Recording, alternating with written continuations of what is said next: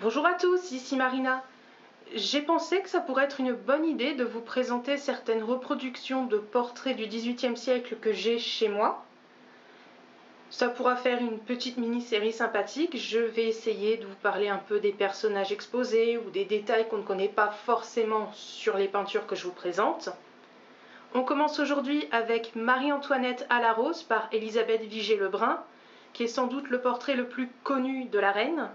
Alors je ne sais pas si je vais vous apprendre grand chose avec ce portrait, mais j'ai quand même 2-3 informations qui pourraient peut-être être sympathiques à découvrir. Alors comme je vous l'ai dit, ce portrait a été fait par Élisabeth Vigée-Lebrun, qui a été la portraitiste officielle de Marie-Antoinette. Ce portrait date de 1783 et croyez-le ou non, ce portrait a causé des scandales à l'époque. Ce qu'il faut savoir, c'est que ce portrait à la base est une redite. Il y avait une première version de Marie-Antoinette avec la même pose, la même rose dans la main, et c'était le portrait de Marie-Antoinette, dite Marie-Antoinette dans une robe de Gaulle. Ça avait été exposé au salon de Versailles, les grands salons où on découvrait les portraits faits à l'époque, et ça avait fait jaser. Parce que la robe de Gaulle, c'était un vêtement vraiment réservé à la chambre à coucher. Donc voir la reine de France en robe de chambre avec un chapeau de paille comme une vulgaire bourgeoise, ça avait scandalisé à l'époque, au point qu'Élisabeth Vigée-Lebrun a dû retirer son tableau et le refaire. Elle a présenté Marie-Antoinette de manière un petit peu plus royale, maintenant on le voit. Elle a une robe qui fait beaucoup plus riche, elle a des rubans, elle a des plumes. On voit aussi qu'elle porte du bleu, qui est la couleur royale par excellence. On a des petits détails, vous voyez, elle a un collier de perles. Alors, je ne sais pas si vous le verrez très bien, parce que le portrait est assez loin. Elle a un collier de perles ici. Elle a des perles au niveau des poignets.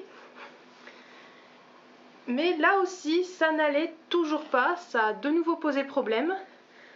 Pour la simple et bonne raison que la robe est faite d'une couleur particulière, on appelait ça la robe bleue d'essuie des cheminées de Londres.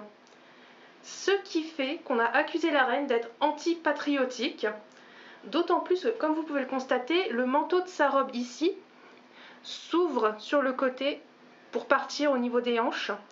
Et ça, c'est une forme de robe qui est anglaise. Et encore une fois, ça a fait jaser. La reine de France qui s'habille à la mode anglaise, ça n'a pas forcément très bien passé. Ce tableau est le plus connu de Marie-Antoinette. Il a été repris dans de nombreuses compositions. Je vous les mettrai suite à cette vidéo en slideshow. Il a été repris 2 fois par Bottero. Une première fois en 1990 avec son tableau Marie-Antoinette en visite à Medellín.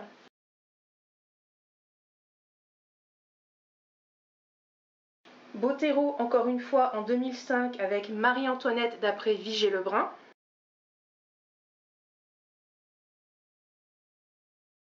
Et Pierre et Gilles, qui est un duo qui font du montage photo, excusez-moi, je cherche mes mots, ont sorti en 2015 le Hameau de la Reine. Donc ils ont fait une composition, ils ont recréé le hameau de manière digitale. Et fun fact, la personne qui incarne la reine pour ce tableau n'est autre que Zaya.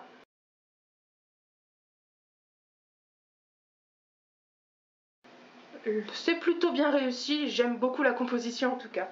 Voilà, j'espère que cette petite vidéo improvisée vous aura plu. Je suis désolée si j'ai cherché mes mots, encore une fois je ne suis pas habituée à faire de la voix off. Je vous dis à bientôt pour un prochain portrait.